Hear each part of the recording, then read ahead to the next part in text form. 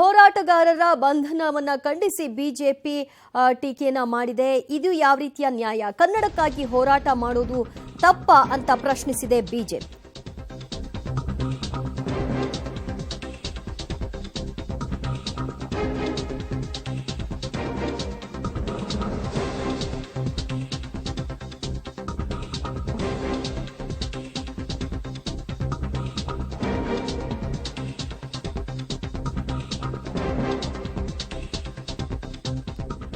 ಕರವೇ ಹೋರಾಟಗಾರರ ಬಂಧನಕ್ಕೆ ಬಿಜೆಪಿ ಖಂಡನೆ ವ್ಯಕ್ತಪಡಿಸಿದೆ. ರಾಜ್ಯದಲ್ಲಿ ಕನ್ನಡಕ್ಕೆ ಮೊದಲ ಆದ್ಯತೆ ಇರಬೇಕು, ಸರ್ಕಾರಕ್ಕೆ ಎಚ್ಚರಿಸುವ ಕೆಲಸವನ್ನ ಮಾಡಬೇಕು, ನಾಮಫಲಕಗಳಲ್ಲಿ ಕನ್ನಡ ನಿಯಮ ಜಾರಿಗೆ ತರುವಂತಹ ನಿಟ್ಟಿನಲ್ಲಿ ಸರ್ಕಾರ ಎಚ್ಚೆತ್ತುಕೊಳ್ಬೇಕು ಅಂತ ಬಿಜೆಪಿ ನಾಯಕರು ಈ ಮೂಲಕವಾಗಿ ಆಗ್ರಹವನ್ನ ವ್ಯಕ್ತಪಡಿಸಿದ್ದಾರೆ.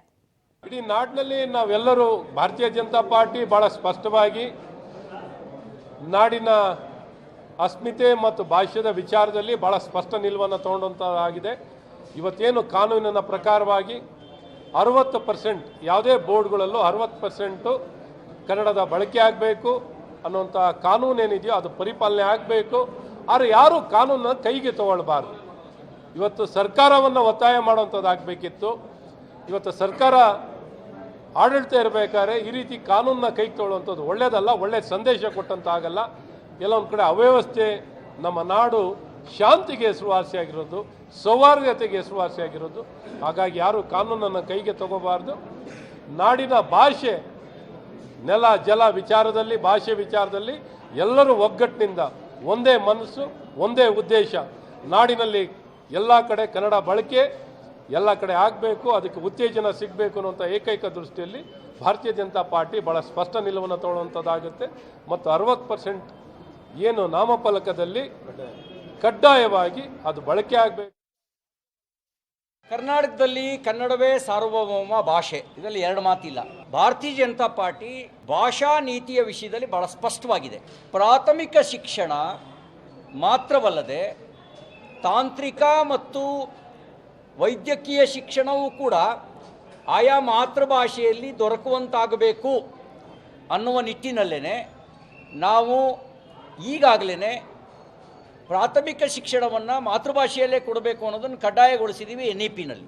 ಕರ್ನಾಟಕದಲ್ಲಿ ಕನ್ನಡ ಭಾಷೆಯ ಜೊತೆಗೆ ಇನ್ಯಾವುದೇ ಭಾಷೆಯನ್ನು ಬಳಸಿದರೆ ತಪ್ಪಲ್ಲ.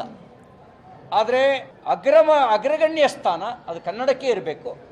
ಕನ್ನಡದ ಅಸ್ಮಿತೆಯನ್ನು ಉಳಿಸ್ಕೊಳ್ಳೋದಕ್ಕೆ ನಾವು ಎಲ್ಲ ರೀತಿಯ ಪ್ರಯತ್ನ ಮಾಡ್ತೇವೆ.